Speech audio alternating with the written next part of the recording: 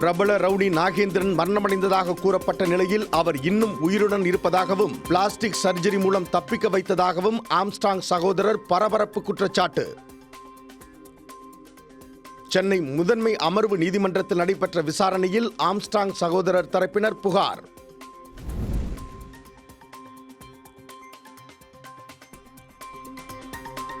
தமிழகத்தில் நெல்லை, தென்காசி, கன்னியாகுமரி மாவட்டங்களில் கனமழை பெய்யக்கூடும் என வானிலை ஆய்வு மையம் அறிவிப்பு. வட தமிழகத்தில் ஓரிரு இடங்களிலும் புதுச்சேரி மற்றும் காரைக்கால் பகுதிகளில் லேசானது முதல் மிதமான மழைக்கு வாய்ப்பு.